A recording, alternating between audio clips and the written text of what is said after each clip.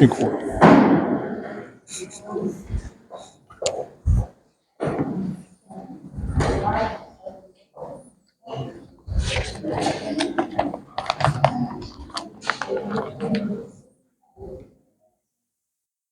Bom dia, queridos.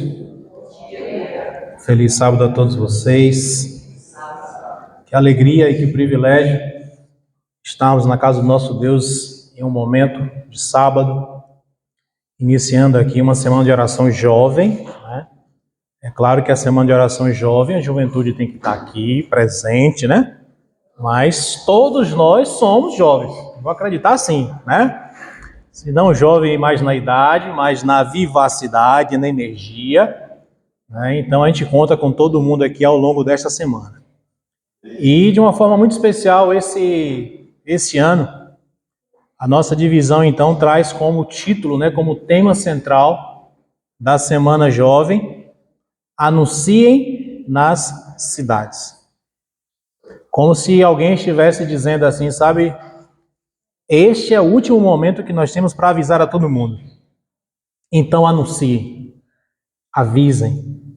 Vamos sair da nossa zona de conforto e vamos avisar as pessoas que Jesus logo irá voltar. Amém. Ao longo da semana eu acredito que a gente vai ter tempo para conversar um pouquinho, se apresentar, conhecer, né, compartilhar um pouquinho das nossas histórias, da nossa vivência. Já foi falado aqui, meu nome é Washington, moro aqui no bairro, né, moro aqui no loteamento Conquistência, ali na rua F, pertinho daqui, são 4 ruas daqui até lá em casa. E a gente mudou para cá, vai fazer um ano que a gente mudou para cá. Essa semana que vem agora, completa um ano que nós mudamos para cá. Olá, hein?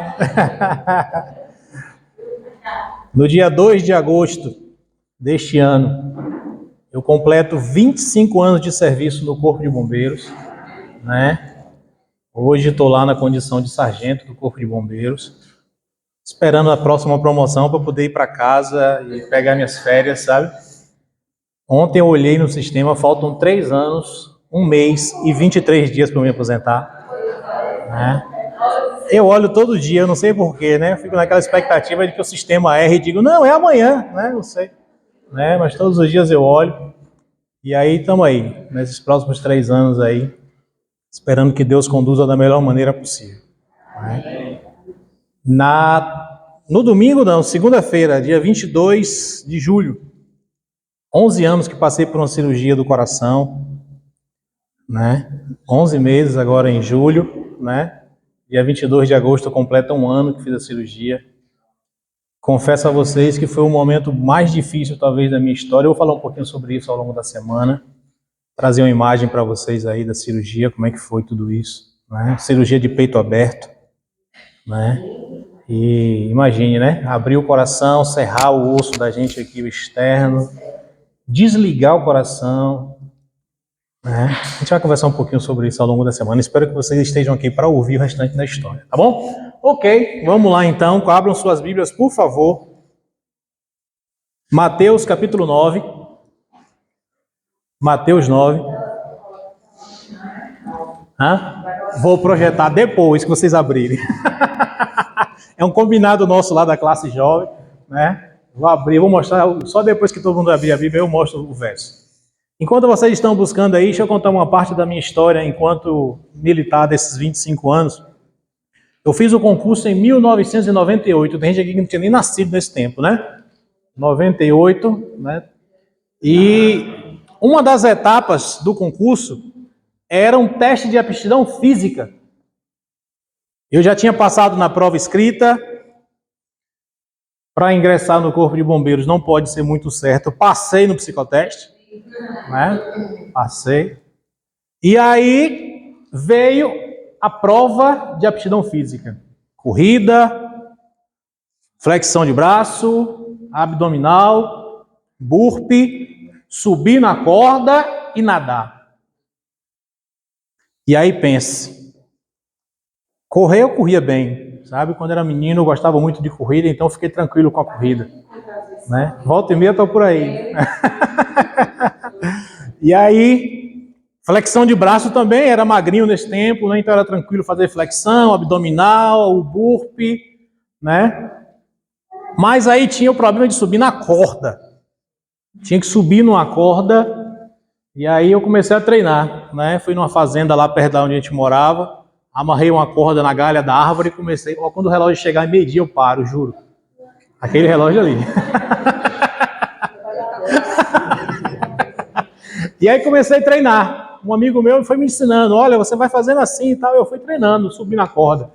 Mas tinha um detalhe nessa história. Eu não sabia nadar. Eu não sabia nadar. E não tinha recursos suficientes para fazer aulas de natação. E lá nessa fazenda onde eu fiquei subindo na corda, tinha um rio, o rio que abastece a cidade lá de Eunápolis, onde eu morava. E eu comecei a nadar nesse rio, treinando. Me afoguei algumas vezes, bebi um gole d'água, aquela coisa toda, desesperado, e comecei a forçar uma natação ali contra a correnteza. E na minha cabeça, assim, se eu conseguisse nadar contra a correnteza, quando chegasse na piscina no dia do teste, estava tudo tranquilo, né? E fiquei treinando. Durante a semana, ia lá 2, 3 vezes por semana, para subir na corda e nadar contra a correnteza. E eu comecei a assistir, então, uns vídeos na televisão das provas de natação. Já viram como é a prova de natação? Tem uma plataforma, né? Aí o nadador se agacha e depois ele faz o quê? Dá um salto. E eu comecei a treinar salto. Eu falei, eu vou tirar metade dessa piscina só no pulo. Já que eu não vou conseguir nadar tanto, no pulo eu me garanto. E comecei a treinar, então, os saltos, né? Eu tenho que pular. Aí o nadador pula, mergulha na água, bate assim os pezinhos, né? Como se fosse um peixe, né? Ali a barbatana do peixe. E depois é que, de fato, ele começa a nadar. Eu comecei a treinar isso no rio, né? Vinha correndo, pulava na beira do rio, caía lá no meio já do rio. E aí, na minha cabeça, eu estava fazendo certinho, sabe? Aquele movimento do peixe. Chegou o dia, então, da prova. Passei na corrida, passei na flexão, subi bem na corda, foi tranquilo. E aí, marcou o momento da gente ir para a piscina. E eu cheguei na piscina, olhei a borda, olhei o outro lado de lá da piscina. E na minha cabeça eu comecei a medir, né? Hoje é que eu descobri que eu tenho TDAH e naquele tempo eu não sabia, né? Mas eu já tinha medido a piscina na minha cabeça, o que eu ia fazer, estava tudo programado. Lá vou eu. Me afastei, ó, da borda da piscina, 3 passos para trás. Vou dar 3 passos para frente e vou me jogar. E vou ganhar metade da piscina aqui agora. Quando eu medi os 3 passos para trás, o tenente que estava à frente disse, epa, ninguém pula. Eu quero todo mundo dentro da piscina. Meus planos naquele momento, literalmente, foram por água abaixo.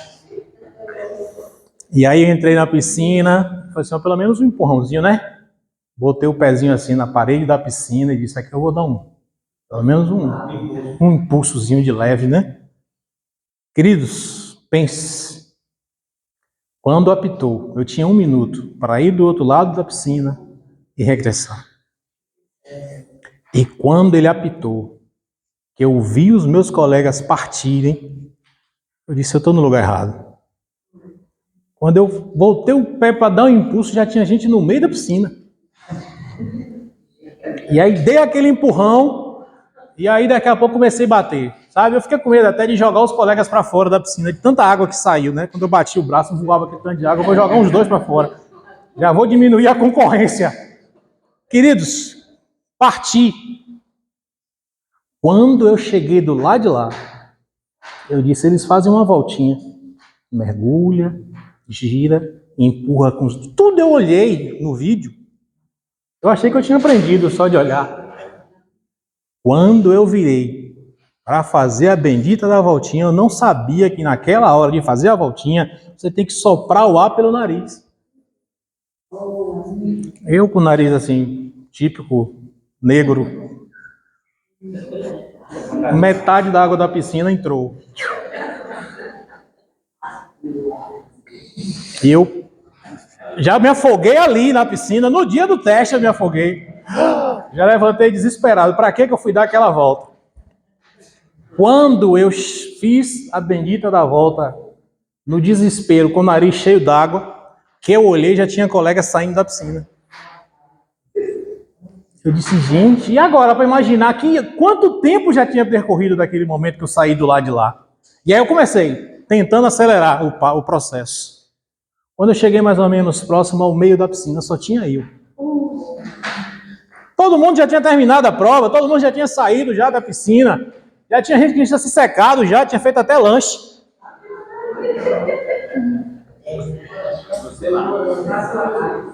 Eu fiz um pedido a Deus, dentro da piscina, enquanto batia os braços desesperadamente para chegar do outro lado. Pelo menos para não morrer afogado ali. Eu fiz um pedido a Deus. Disse, Deus, nós dois agora. Se eu conseguir chegar do lado de lá, porque eu já não aguentava mais nem nadar. Se eu conseguir chegar do lado de lá, nós vamos fazer um combinado aqui. Todo o conhecimento que eu adquiri nessa instituição, eu vou usar para ajudar a igreja. Eu quero servir a igreja. Eu era desbravador e disse, eu quero servir ao clube de desbravadores. Todo o conhecimento que eu adquiri, eu quero ajudar a cuidar da igreja no momento que a igreja mais precisar. Existem coisas que a gente só vai saber quando chegar no céu. Até hoje eu não sei como é que Deus me puxou pelo corinho do pescoço, que nem a mãe carrega o gato, né? E me levou até o lado de lá da piscina. Porque quando eu disse assim, amém, a minha mão bateu na borda. Eu não sei até hoje como eu cheguei do lado de lá. Não sei. E quando eu bati a mão na borda, o tenente parou o relógio e disse, 59 segundos. Um segundo. Por um segundo, minha irmã. Por um segundo. Um segundo. Por causa de um segundo, eu consegui ingressar. E Deus, ao longo desses 25 anos, tem me honrado. Tem me honrado. Os colegas do trabalho que fazem escala, quando tem algum serviço extra, eles já dizem, olha, não escala Amparo, é o nome de guerra, né? O Washington do Amparo. Não escala Amparo na sexta-noite, nem sábado durante o dia, porque ele é adventista do sétimo dia. Amém. Ao longo de 25 anos de serviço, eu nunca fui escalado para trabalhar no sábado. 3 anos atrás, nós tivemos uma enchente e eu fui trabalhar no sábado. Eu fui. Porque eu entendia que naquele momento as pessoas estavam ali, precisavam de socorro. Era Natal, 25 de dezembro de 2021, e eu fui para socorrer as pessoas. Porque eu entendia que naquele momento era isso que Jesus faria. Era além, muito além. E nós estamos aqui, ao longo dessa semana, para entendermos como Deus cuida das pessoas nas cidades. É por isso que nós iremos anunciar que Jesus breve vai voltar. E as pessoas precisam ouvir sobre isso. Pedi a você que abrisse sua Bíblia em Mateus, não foi? Capítulo 9. Vou abrir a minha também. Oi, irmão, antes do senhor falar. Diga. Diga, minha irmã. Aprendeu a nadar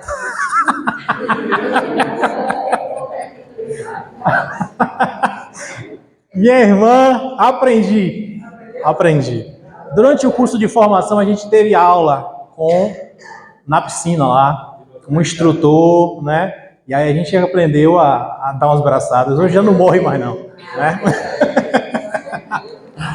Mas vamos lá. Será que de fato Deus ama as cidades? Esse é o tema da nossa primeira mensagem. Deus ama a sua cidade? Será que você já parou para perguntar?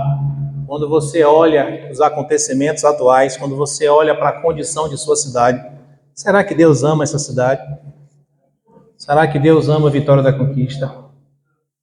Nós vamos ver isso juntos hoje, tá bom? Mateus 9, verso 36. Mateus 9, verso 36. A gente tem uma informação importantíssima da palavra de Deus. E para ler esse verso, eu queria que você fechasse os seus olhos. Santo Deus e Pai, muito obrigado porque ao longo de nossa história, o Senhor sempre se fez presente. O Senhor tem cuidado de nós. O Senhor tem estendido graça, perdão e salvação sobre os teus filhos. Que ao longo desta semana de oração, os nossos corações estejam abertos para ouvir a tua voz. Transforma-nos, usa-nos para fazer a tua vontade. Oramos em nome de Jesus. Amém. Olha só o que aqui nos diz o texto de Mateus 9, verso 36. Jesus, olhando a condição daquela cidade em que ele estava, de repente Jesus diz o seguinte, que ao olhar as multidões, ele se compadeceu das pessoas, porque elas estavam aflitas, exaustas, como se fossem ovelhas que não têm pastor. Jesus olha para a condição daquele momento e Jesus se compadece. Jesus tem pena. Jesus foi tomado de íntima compaixão. Íntima compaixão ou compadecer-se é diferente de empatia.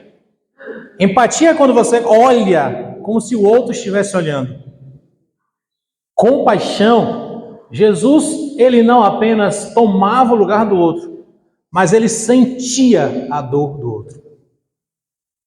E Jesus olha para aquela multidão. Jesus olha para a condição daquelas pessoas e ele toma para si a dor daquelas pessoas. E ele percebe que aquelas pessoas precisavam de um cuidado especial de um pastor. De alguém que se preocupasse, de alguém que as abraçasse, de alguém que conduzisse aquelas pessoas. Ele viu que elas estavam aflitas, cansadas, exaustas de tentarem fazer sozinho aquilo que eles não podiam fazer. E nós vamos ver então, ao longo desta mensagem, ao longo desta semana, que Jesus quer fazer. Eu estou achando que essa caixa está dando um. Eu estou achando, né? Eu vou passar para ali. Deixa eu passar para cá. Pronto. Vai melhorar. Toda hora que eu chego ali, eu percebo que fica meio abafado, né? Algumas informações apenas sobre as cidades. Bom, nós moramos em uma cidade, nós conhecemos uma cidade. A vida no trânsito da cidade é complicada, é ou não é? Né? Conquista é uma cidade que tem muitos carros. Né? Uma cidade que é visitada por pessoas de outras cidades que vêm para cá em busca de solução de problemas de saúde, para comprar alguma coisa. Então as cidades elas são cheias, repletas de pessoas e também nós temos muitos problemas na cidade. A violência é uma coisa que está presente também nas cidades, né? Os crimes, nessa semana nós fomos tomados aí por um crime, né, de um policial militar que conhecia uma moça através de um aplicativo de paquera, foi se relacionar com essa moça e acabou que perdeu a vida, né, durante esse momento. Então, a violência é algo que também existe na cidade. Traumas psicológicos, esse a gente não precisa nem abrir muito o leque para ver que ao nosso redor nós temos muitas pessoas na cidade que sofrem com vários traumas psicológicos, né? Vários transtornos psicológicos, certo? E a vida intensa das grandes cidades, a correria das grandes cidades, faz com que a gente tenha uma sobrecarga muito grande, muito intensa todos os dias. Apenas para conhecimento, hoje nós temos algumas cidades no mundo que são famosas, né? Tóquio, no Japão. A cidade que mais tem gente no mundo. E é uma cidade que tem grande tecnologia também, né? Nós temos aqui no Brasil a cidade de São Paulo, a maior cidade da América Latina, né? Nós ainda temos aqui Pequim, na China. É um lugar muito importante, tanto para a política quanto para a cultura, certo? E eu não vou falar todas aqui não, que tem um monte aqui nessa mensagem, mas apenas para entendermos que nas cidades nós temos um misto de cultura, nós temos religiões diversas, né? Hoje nós temos pessoas em todas as cidades que adoram ao Deus verdadeiro, mas também nós temos muitas pessoas que não conhecem o Deus verdadeiro, que não se relacionam com Deus. seja por não acreditar, né? Seja por nunca ter ouvido falar, seja por uma questão de opção, escolha, ou levados a viver nessa condição. Então, neste momento, nós iremos ver 3 aspectos pelos quais,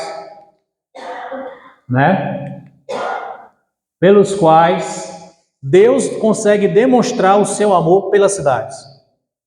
A primeira maneira pela qual Deus demonstra o amor pelas cidades é que Deus envia mensageiros às cidades. A maneira pela qual Deus tem de chamar a atenção das pessoas da cidade é mandando mensageiros. E aí, se nós formos lembrar de algumas cidades importantes, do contexto bíblico, nós podemos ser levados a lembrar da cidade de Nínive, por exemplo. Nínive, uma cidade ímpia. Uma cidade que tinha muita maldade. Hoje, quando a gente para pensar na violência que nós vivemos nos nossos grandes centros, veja que um pergaminho histórico diz que a cidade de Nínive era famosa pela sua maldade. Tanto que este pergaminho conta que os reis, quando pegavam seus inimigos, eles arrancavam a pele e depois tocavam fogo. Aí quando você para ler isso assim, você pensa, é por isso que Jonas não queria ir para lá. Imagine, Jonas ouvia dessas histórias, Jonas sabia desses acontecimentos em Nínive. Imaginou que é um ser humano sem a pele? A nossa proteção, o maior órgão do corpo humano é a pele. Um órgão de proteção. E eles arrancavam a pele e depois queimavam. Dor em cima de dor. Aí hoje a gente olha e diz, não, Jonas estava certo, gente. Jonas podia ser tomado como um inimigo, porque estava levando uma mensagem diferente daquela que as pessoas queriam ouvir em Nínive. E isso poderia ter acontecido com Jonas. O grande detalhe, sabe o que é? É que Deus envia um mensageiro para demonstrar para Nínive que ele a amava. Deus ama e envia os seus mensageiros. E Jonas foi contrariado. A gente conhece a história. Jonas foi contra a vontade, tentou fugir, foi engolido por um peixe, foi vomitado na praia. Toda essa parte da história vocês conhecem. Aí Jonas chega de fato em Nínive. E mesmo sem querer, mesmo sem ter a motivação necessária, própria, Nínive consegue ouvir a voz de advertência de Deus. E Nínive, então, presencia Jonas caminhando por entre as ruas, dizendo, olha, daqui a uns dias e Nínive será destruída. Deus demonstrando amor por aquela cidade impenitente. Esta é a primeira demonstração de amor de Deus. Ele manda mensageiros. Ele manda pessoas, ele envia pessoas para que possa chamar a atenção das pessoas que vivem naquela cidade. Olha para aí. Rapaz, que espetáculo, hein? Que privilégio, hein? Que privilégio. Queridos, a gente percebe então que Deus tem um amor incondicional. Porque do ponto de vista humano, a gente jamais iria querer que Nínive se salvasse. Pelas suas maldades, pela sua maneira de ser. Mas Deus manda um mensageiro. E algo incrível acontece em Nínive. Desde o rei até o mais pobre dos plebeus se convertem. Amém. Amém. E Deus salva Nínive. Se nós ouvirmos o chamado de Deus para cada um de nós, se nós nos colocarmos na condição de mensageiros de Deus, nós podemos salvar a cidade em que nós estamos vivendo. Amém. Nós podemos chamar a atenção das pessoas e dizer a elas o quanto Deus as ama e se importa com elas. Esta é a primeira maneira pela qual Deus demonstra o seu amor, enviando mensageiros. Vamos seguir adiante aqui, né? Veja só o que Ezequiel vai dizer no capítulo 33, o verso 11. Tão certo como eu vivo, diz o Senhor Deus, eu não tenho prazer algum em quê? Na morte do ímpio. Deus não fica feliz quando alguém morre sem conhecê-lo. Não existe nenhuma felicidade em Deus que as pessoas morram nas suas maldades. Pelo contrário, Ele quer que os ímpios se convertam dos seus maus caminhos e viva. Convertam-se dos seus maus caminhos. Deus tem chamado a atenção das pessoas nas cidades e nós somos o meio pelo qual Deus faz esses avisos. Nós somos os mensageiros de Deus para este tempo. A juventude da igreja é o exército bem treinado e capacitado de Deus para realizar a última mensagem de advertência ao mundo que perece. Seguindo adiante, nós vamos ver uma outra maneira pela qual Deus também consegue demonstrar o seu amor.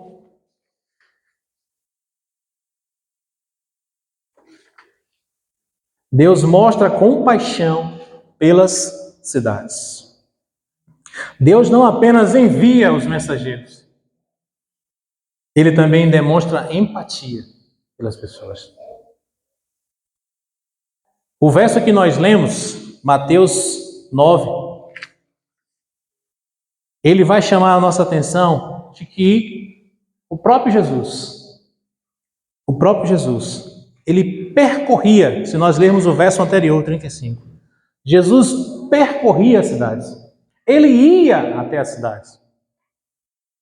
Não era apenas as pessoas que traziam seus amigos para serem curados por Jesus. O próprio Jesus saiu da sua cidade e começou a percorrer a cidade. Porque ele entendia que as pessoas precisavam. Ele queria chamar a atenção das pessoas. Ele queria que o amor fosse demonstrado na prática. A gente precisa romper essa barreira que às vezes nos prende a uma condição de que eu estou aqui, estou bem aqui, já me salvei, cada qual agora se vira. A gente precisa fazer a diferença. A gente é convidado para fazer a diferença. A gente um dia foi salvo para ajudar a salvar outras pessoas. Cada um de nós em algum momento foi alcançado porque alguém que foi salvo nos alcançou. E existem muitas pessoas que precisam ser alcançadas e nós somos o meio pelos quais Deus pode chegar a elas. Amém. Cada um de nós tem uma responsabilidade como mensageiro de Deus para demonstrar que Deus não apenas se preocupa, Ele quer alcançar cada pessoa.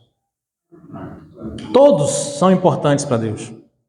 Todos, independente da sua condição, independente dos seus erros, independente do que elas tenham feito. Uma certa feita, alguns anos atrás, eu estava em uma viagem com o meu comandante e a esposa dele foi com a gente. Ele, coronel do Corpo de Bombeiros, ela, delegada de polícia. E ela foi com a gente uma parte da viagem. Nós saímos de Porto Seguro e ela ia com a gente até Itabuna. E de Itabuna para lá a gente iria para Salvador. E durante o percurso nós começamos a falar sobre Deus dentro do carro. E ele dizia assim, olha, eu não acredito em Deus. Ele se dizia ateu. Eu não acredito em Deus.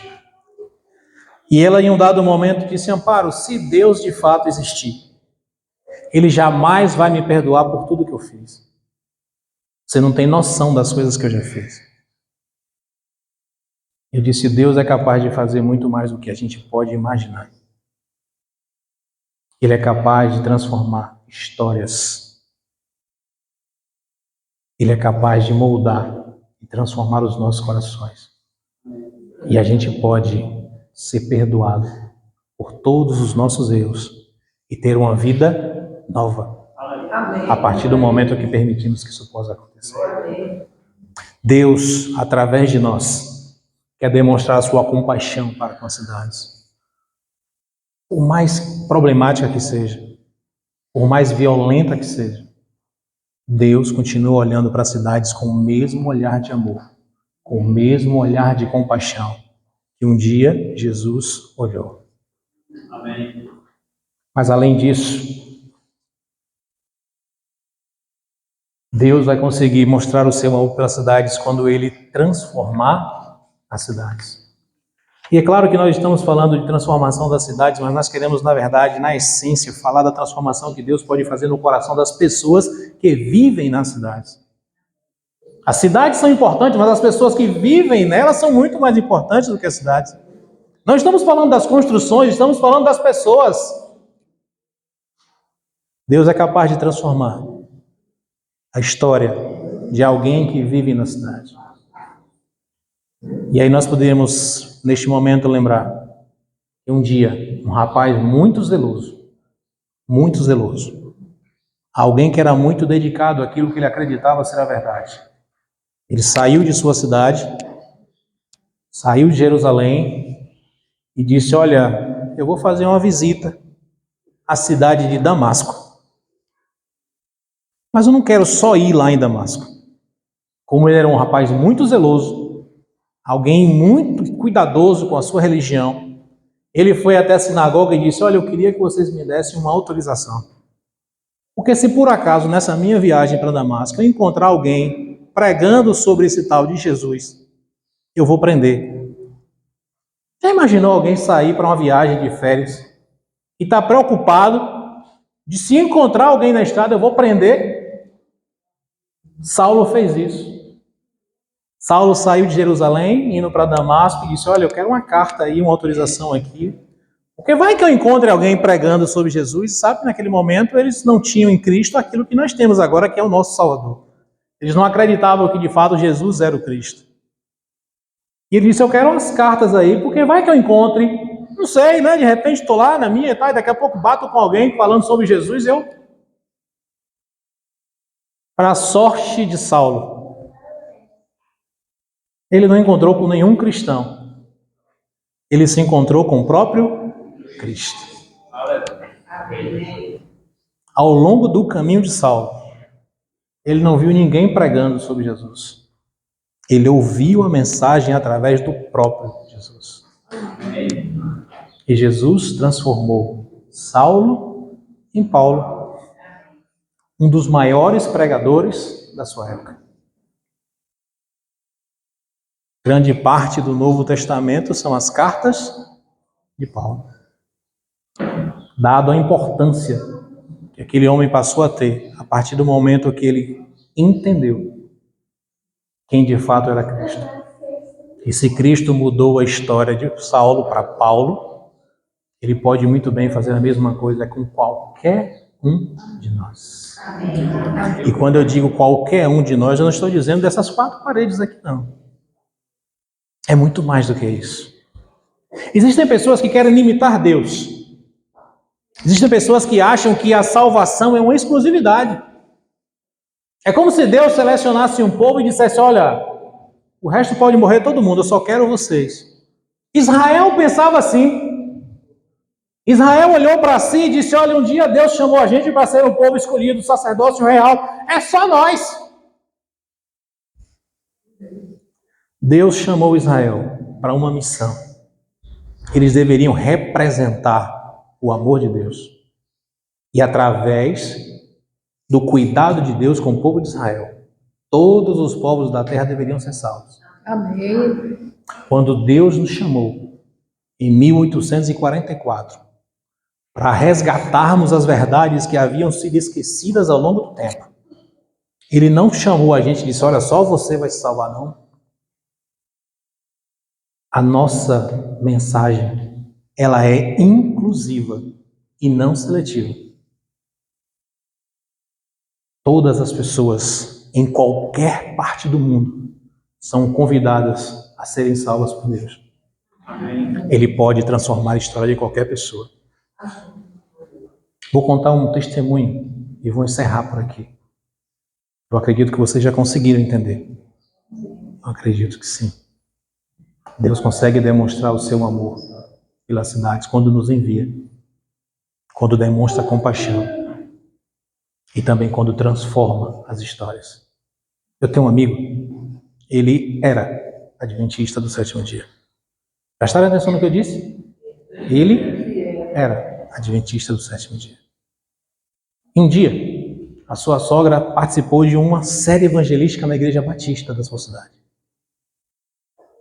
Ela, envolvida com candomblé, se converteu ao Senhor através daquela série evangelística realizada pela igreja batista. E ela quebrou todo o centro que ela tinha de macumba, jogou tudo fora. E ela disse: a partir de agora, eu e minha casa serviremos ao Senhor. E ele foi visitá-la. Nessa ocasião, ele ainda estava na igreja. E ele foi visitá-la.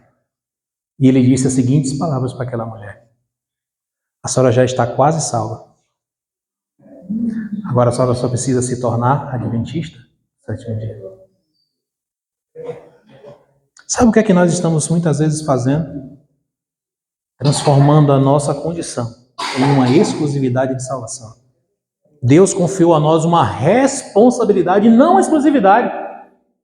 As verdades espirituais resgatadas pela Igreja Adventista do sétimo dia são extremamente importantes.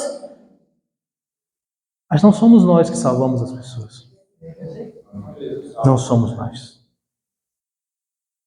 E ela disse uma coisa que eu quero deixar aqui. Ela disse: meu filho, deixa eu lhe dizer uma coisa. De lugar pior, Deus já me tirou.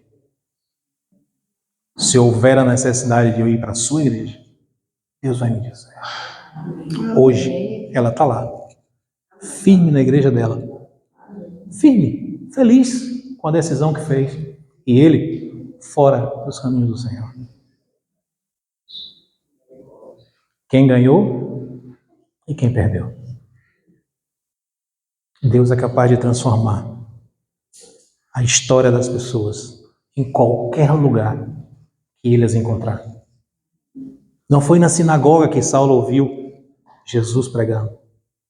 Talvez ele até tivesse ouvido em algum momento, mas não foi ali que ele se converteu. Não foi no momento do apedrejamento de Estevão também que ele se sentiu comovido e olhando aquela fé inabalável de Estevão que ele se comoveu, que ele se arrependeu, que ele se converteu. Foi numa estrada, no caminho para Damasco, que ele se encontrou verdadeiramente com Cristo e foi transformado ali. Amém. Onde quer que a gente esteja, a gente pode ser a pessoa, o instrumento, a ferramenta que Deus quer usar para transformar as histórias das pessoas. Amém. Permitamos então sermos usados pelo Senhor. Que Deus nos abençoe. Que a nossa fé seja aumentada em Deus ao longo desta semana. Que possamos compreender que Ele nos convida, que Ele nos chama para sermos agentes de salvação e não agentes de seleção. Que Deus possa continuar abençoando a nossa vida.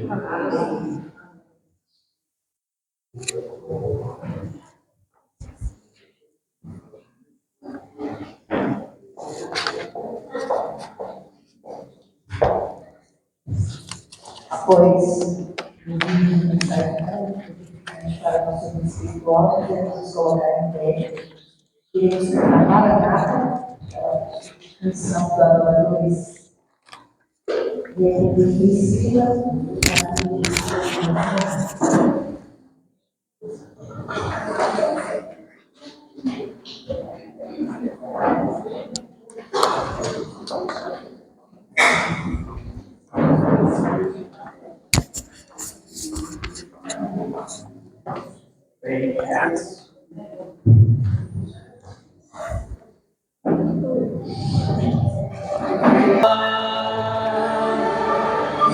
Maranata, Maranata, muito em breve Jesus voltará. Maranata, Maranata, muito em breve Jesus voltará. Maranata, Maranata, muito em breve Jesus voltará. Maranata.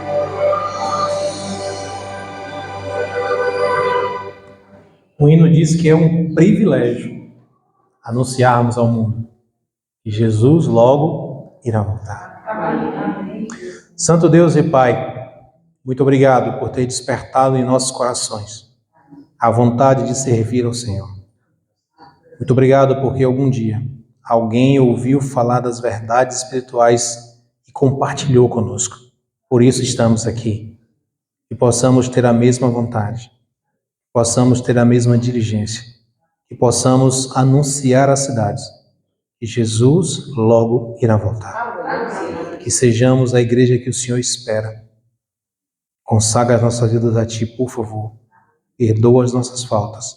Nos faz entender que o Senhor nos chamou para uma missão. E esta missão deverá ser executada por nós. Oramos em nome de Jesus. Amém, Pai.